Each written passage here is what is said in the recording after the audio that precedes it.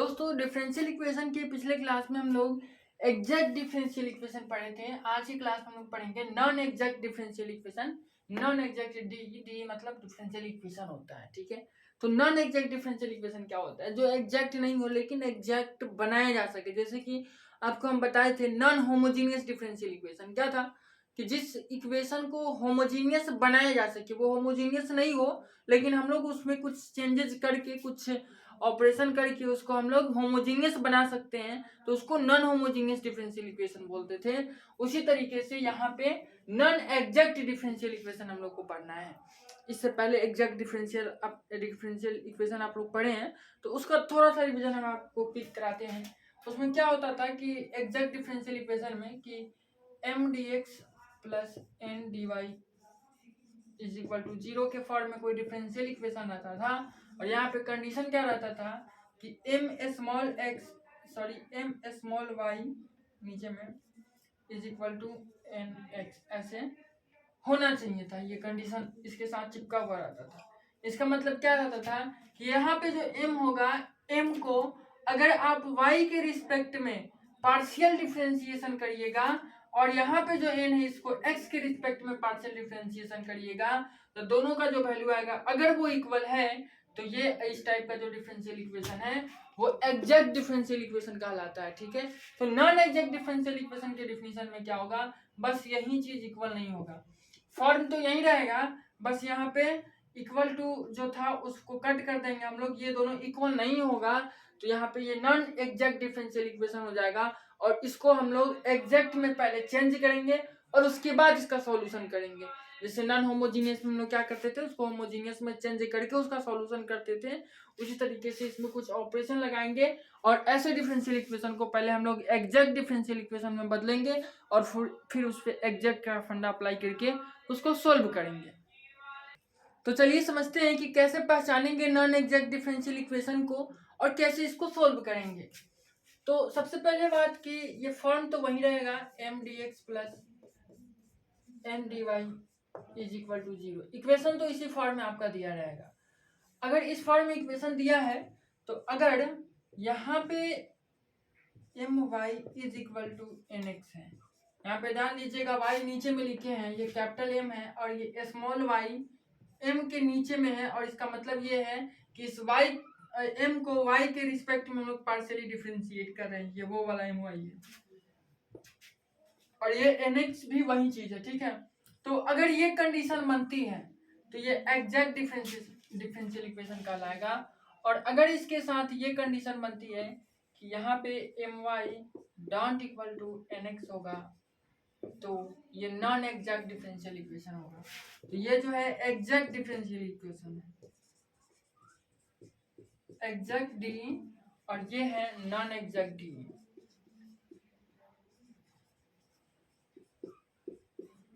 इतना तो अब आप समझ ही गए हैं कि एग्जैक्ट डिफरेंशियल इक्वेशन किसको बोलेंगे और नॉन एग्जैक्ट किसको बोलेंगे। अब चूंकि इस कंडीशन में ये डिफरेंशियल इक्वेशन नॉन एग्जैक्ट बन जाता है, ये एग्जैक्ट नहीं होता है, तब हम लोग क्या करते हैं इस सिचुएशन में, तो आपको पता है कि अगर ये दोनों इक्वल हो जाए तो ये एग्जैक्ट हो जाता है, और एग्जैक्ट का सीधा फॉर्मूला जो होता है सॉल्यूशन का, वो हम लोग लगा करके इसको सोल्व कर लेते हैं, जो आपको पिछले वीडियो में बताए थे और क्वेश्चन करके भी बताए थे। लेकिन आज हम आपको बताएंगे इस सिचुएशन में आप क्या करिएगा जब ये दोनों इक्वल नहीं हो, ये नॉन एग्जैक्ट हो जाए, तब आपको क्या करना है। अब यहाँ पे देखना, ये जब ये सिचुएशन जब आएगी तब इसके तरफ आना है, इसको देखना है कि कैसा है। तो एक काम हम लोग करते हैं, क्या करते हैं कि जब भी नॉन एग्जैक्ट वाली सिचुएशन बनती है तो हम लोग क्या करते हैं, इसको एग्जैक्ट बनाने के लिए किसी वॉलेंटियर को पकड़ते हैं। जैसे ये एम डी एक्स है और प्लस एन डी वाई है इज इक्वल टू 0 है, और ये एक क्या है, एक नॉन एग्जैक्ट डिफरेंशियल इक्वेशन है। तो हम लोग क्या करते हैं, किसी वॉलेंटियर को पकड़ के इसमें मल्टीप्लाई कर देते हैं, किसी वॉलेंटियर से दोनों तरफ इसमें मल्टीप्लाई करते हैं, इसके दोनों तरफ किसी भी नंबर से, मतलब किसी भी क्या कहते हैं वेरिएबल हो, कुछ भी हो, किसी भी ऐसे मतलब वॉलेंटियर को पकड़ते हैं जिससे मल्टीप्लाई करने के बाद ये एग्जैक्ट डिफरेंशियल इक्वेशन में बदल जाए और उस वॉलेंटियर को इंटीग्रेटिंग फैक्टर IF कहते हैं, जो आपको LDE में मिला होगा, लीनियर डिफरेंशियल इक्वेशन में मिला था। हम लोग को लीनियर डिफरेंशियल इक्वेशन में पढ़े थे कि इंटीग्रेटिंग फैक्टर एक होता है IF, और इसको ऐसे निकालते हैं e⁻p⁴ ये आप पढ़े हुए थे लीनियर डिफरेंशियल इक्वेशन में। तो वही इंटीग्रेटिंग फैक्टर यहाँ है, लेकिन यहाँ इसका वैल्यू e⁻p⁴ नहीं है। अब कहिएगा चीज तो सेम ही है, तो नहीं। इंटीग्रेटिंग फैक्टर जो है ये कोई मतलब ये कांस्टेंट वगैरह की तरह ट्रीट नहीं करता कि हर जगह इसका वैल्यू सेम होगा। ये इंटीग्रेटिंग फैक्टर है जो इंटीग्रेशन को आसान बनाने के लिए, डिफरेंशियल इक्वेशन को आसान बनाने के लिए आता है। इसका यूज किया जाता है और यूज करके इसको छोड़ दिया जाता है, इसका केवल इस्तेमाल किया जाता है। ठीक है, तो इसको खुद से क्रिएट किया जाता है। तो LDE में लीनियर डिफरेंशियल इक्वेशन में इतना इसका वैल्यू आता है, लेकिन एग्जैक्ट डिफरेंशियल इक्वेशन में इतना नहीं आता है। तो कितना आता है तो फिक्स नहीं है कितना आता है, वो आपको समझना पड़ेगा। इसमें 3 4 5 टाइप का आता है, 5 को इंटीग्रेटिंग फैक्टर का आता है, 5 टाइप का, जितने टाइप का इक्वेशन रहता है इसको देखते हैं और इसको देख के हम लोग बनाते हैं इंटीग्रेटिंग फैक्टर। इस पे डिपेंड करता है ये कैसा इक्वेशन है, इसके आधार पे इंटीग्रेटिंग फैक्टर हम लोग बनाते हैं। और उसके काम क्या होता है कि इंटीग्रेटिंग फैक्टर जैसे ही इसके साथ मल्टीप्लाई होता है इस इक्वेशन के साथ, वो इक्वेशन अपने आप एग्जैक्ट हो जाता है, एग्जैक्ट डिफरेंशियल इक्वेशन में बदल जाता है। और जैसे ही एग्जैक्ट डिफरेंशियल इक्वेशन में वो बदल जाता है, हम लोग उसको आसानी से सोल्व कर लेते हैं। तो यानी हम लोग का जो मेन टारगेट है वो ये समझना है कि इंटीग्रेटिंग फैक्टर कैसे निकालें। अगर इंटीग्रेटिंग फैक्टर निकल जाता है तो आप क्या करिएगा, इस इक्वेशन में दोनों तरफ मल्टीप्लाई करिएगा। जीरो के तरफ भी मल्टीप्लाई होता है एक्चुअली, क्योंकि किसी भी इक्वेशन में जब आप मल्टीप्लाई करते हैं तो एक तरफ तो करिएगा नहीं, दोनों तरफ ही करना पड़ेगा, नहीं तो गलत हो जाएगा। लेकिन जीरो के तरफ चूंकि मल्टीप्लाई होगा तो ये जीरो है, जीरो ही हो जाएगा, तो इसलिए उधर नहीं लिखे थे। तो यहाँ इसमें इंटीग्रेटिंग फैक्टर से जैसे आप मल्टीप्लाई करते हैं ये एग्जैक्ट डिफरेंशियल इक्वेशन बन जाएगा, और उसके बाद इसको आप आसानी से सोल्व कर सकते हैं। तो सारा मामला यहीं पे फंसा हुआ है कि इंटीग्रेटिंग फैक्टर कहीं से अगर हमको कोई निकाल के दे दे तो हम बहुत आसानी से इस नॉन एग्जैक्ट डिफरेंशियल इक्वेशन को भी सोल्व कर लेंगे। तो चलिए समझते हैं कि इंटीग्रेटिंग फैक्टर कैसे निकालते हैं, सबसे मेन मुद्दा यही है। चलिए ध्यान से समझिएगा कि इंटीग्रेटिंग फैक्टर कैसे निकालते हैं। तो पहली बात, पहला नंबर केस ये है कि अगर ये जो इक्वेशन है अगर ये होमोजीनियस हो,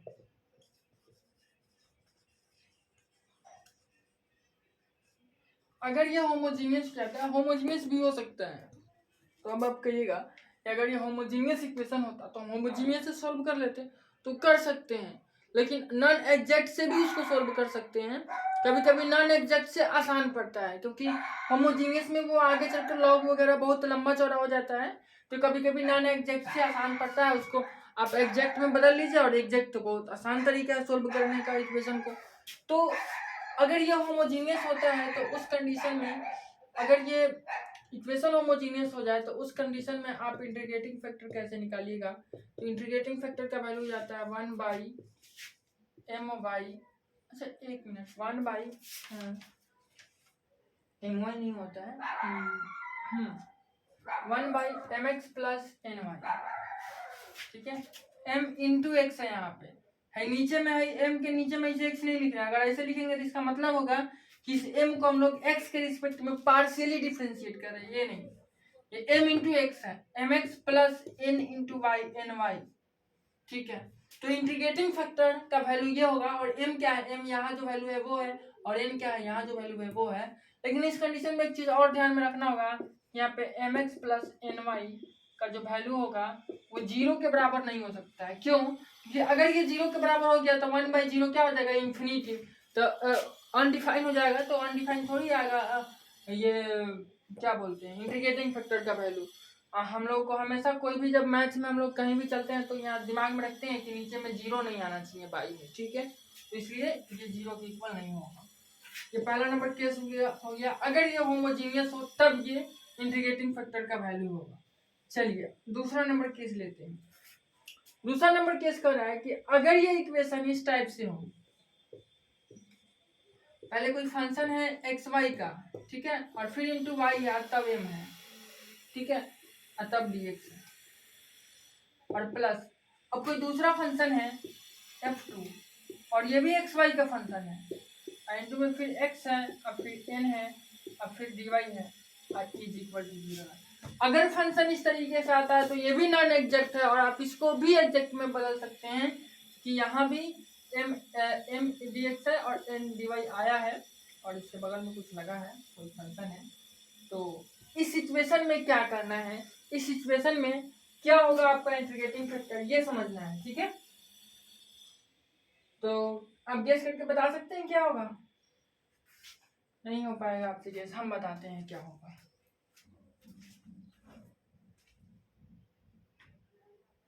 अच्छा एक सेकेंड, यहाँ पे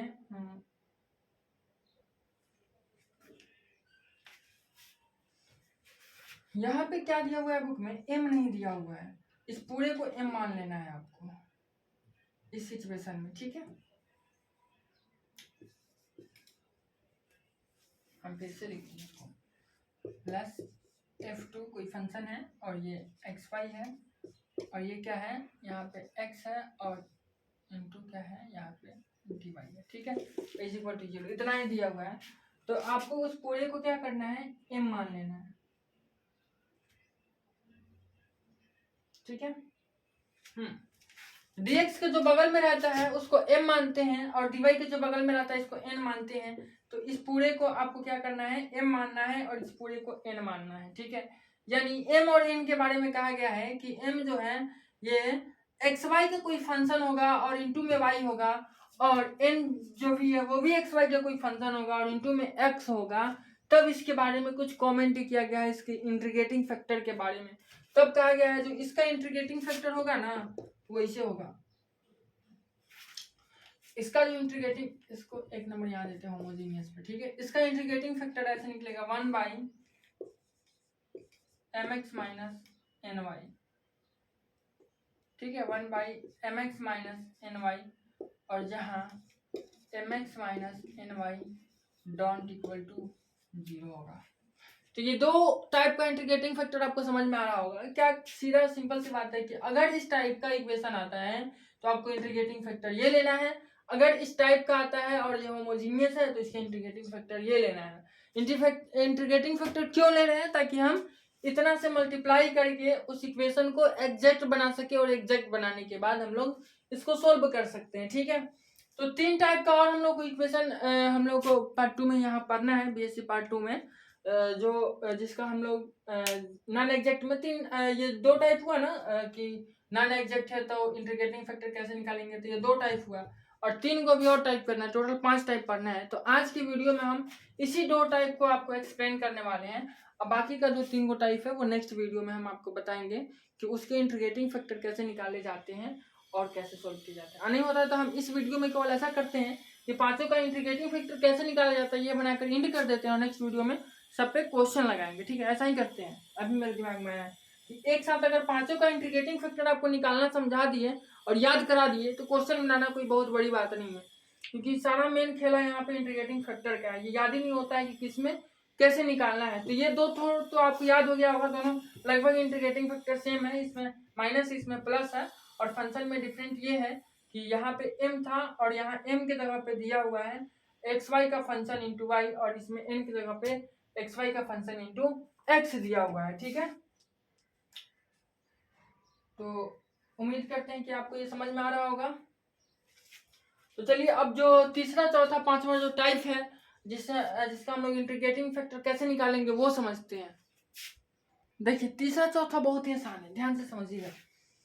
तीसरा कहता है, इसका तीसरा टाइप का जो इक्वेशन है वो कहता है कि इसी टाइप का इक्वेशन इसी टाइप का होगा, लेकिन अगर आप उसमें एम वाई ऐसे निकाले, एम स्मॉल वाई, एम का डिफरेंशिएशन आप किए, पार्शियल डिफरेंशिएशन किए वाई के रिस्पेक्ट में, ठीक है, और आप प्लस किए एन का डिफरेंशिएशन, अच्छा माइनस आता है यहाँ, एक माइनस सॉरी यहाँ पे माइनस किए और एन का डिफरेंशिएशन एक्स के रिस्पेक्ट में आप पार्शियल किए और बाई में आप एन कर दिए, और इसको जब आप सिंप्लीफाई करिएगा तो अगर इसका वैल्यू, अगर आपको एफ एक्स आता है, मतलब कोई इसको सिंप्लीफाई करने के बाद ये पूरा एक्स का कोई फंक्शन बन जाता है, इसका वैल्यू ऐसा आता है जिसमें वाई नहीं हो, केवल एक्स हो या फिर कांस्टेंट हो, एक्स का फंक्शन बन जाता है, तो उसका इंटीग्रेटिंग फैक्टर जो होगा वो e to the power F x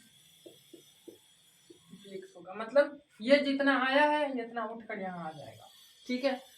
और फिर तीसरा बात, चौथा में वही चीज, ये सेम सिचुएशन बने, हम लिख ही देते हैं my minus nx by N रहे, इतना ही रहे।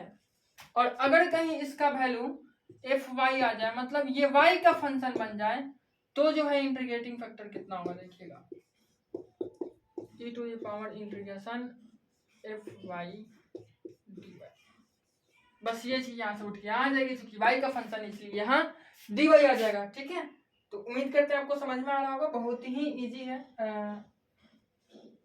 अच्छा एक मिनट थोड़ी सी मिस्टेक हुई, इसमें उलट रहा है,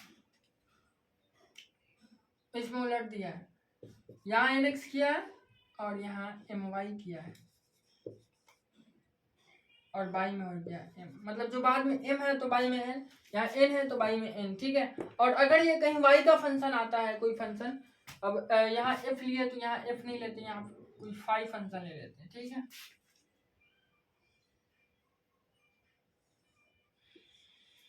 ठीक है, तो इस तरीके से आपका ये तीसरा और चौथा। देखिए एक बार और अच्छे से आप तीसरा और चौथा समझ लीजिए कि एम वाई मतलब एम का पार्शियल डिफरेंशिएशन आप वाई के रिस्पेक्ट में करते हैं और घटाते हैं, एन का डिफरेंशिएशन एक्स के रिस्पेक्ट में पार्शियली जब करके घटाते हैं और उसको एन से डिवाइड करते हैं, तो अगर उसका वैल्यू एफ एक्स आ जाए, मतलब वो उसका जो वैल्यू है वो एक्स का फंक्शन हो या फिर उसमें कांस्टेंट भी होगा तो वो एक्स का फंक्शन मान लिया जाएगा, मतलब एक्स के अलावा उसमें दूसरा कोई वेरिएबल नहीं होना चाहिए। तो उसका जो इंटीग्रेटिंग फैक्टर हम लोग निकालेंगे उस क्वेश्चन को बनाने के लिए, उसके लिए ये इंटीग्रेटिंग फैक्टर होगा e to the power F X D X, ठीक है। और एफ एक्स का वैल्यू यही सेम चीज होगा। उसी तरीके से ये चौथा उसी से रिलेटेड है, यहाँ पे उलट दिया इसको, इस बार इसमें से M Y minus N X किया था, इस बार N X minus M Y किया, इसीलिए नीचे वाला भी बदल दिया, नीचे में इस बार एम कर दिया है। और इसका वैल्यू कोई फंक्शन वाई का फंक्शन आ जाए, यहाँ एफ माने थे इसलिए यहाँ फाइव मान लिए, ठीक है। अगर ये y का फंक्शन आया तो इसका integrating factor e to the power 5y dy होता है, ठीक है। अब देखिए पांचवा टाइप का क्या है, पांचवा टाइप में थोड़ा सा लोचा है, ये इक्वेशन ही बदल गया है, x का पावर a इंटू वाई का पावर अगर b हो और into M Y D X plus N X D Y हो इज इक्वल टू 0 हो, तो जो इसका इंटीग्रेटिंग फैक्टर होता है वो x का पावर के M minus A minus one और वाई का पावर के N minus B minus one होता है। सब चीज समझ में आया होगा। एक आपका कंफ्यूजन होगा कि के कहाँ से आ गया, एम तो समझ में आ रहा है कि यहाँ है, उसके बाद ए भी समझ में आ रहा है कि यहाँ है और बी भी समझ में आ रहा है कि यहाँ है, ये के कहाँ से आया है। तो के बारे में यहाँ लिखे है के जगह पे कोई भी वैल्यू हो सकता है, यहाँ के था, यहाँ इसमें कहीं भी के नहीं है, तो के का वैल्यू आएगा कहाँ से, तो क्वेश्चन करेंगे तो हम आपको समझाएंगे। के का वैल्यू हम लोग को अपना से निकालना पड़ता है, कैसे निकालते हैं वो हम क्वेश्चन करेंगे तब आपको समझाएंगे, अभी आपको समझ में आ ही नहीं सकता है। अगर समझाएंगे तो बहुत टाइम लग जाएगा, क्वेश्चन करना होगा, उसके लिए पूरा प्रोसेस समझाना होगा। तो 1 और 2 भी एक बार रिवीजन कर लेते हैं कि 1 में क्या था और 2 में क्या था। तो 1 में था कि अगर होमोजीनियस हो तो उसका इंटीग्रेटिंग फैक्टर कितना होता है, उसका इंटीग्रेटिंग फैक्टर होता है 1 by M Y plus M X plus N,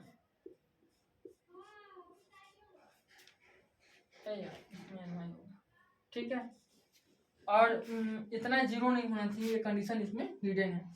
उसके बाद दूसरा वाला था क्या कि कोई अगर f1 फंक्शन एक्स वाई का कोई फंक्शन हो और यहाँ पे क्या हो, यहाँ पे y हो और यहाँ पे dx हो और प्लस कोई फिर f2 फंक्शन है और ये xy का फंक्शन है और यहाँ पे x है और ये dy है इज इक्वल टू 0 है, तो इसका जो इंटीग्रेटिंग फैक्टर होता था ऐसे 1 बाई एम एक्स और माइनस एन वाई, ठीक है।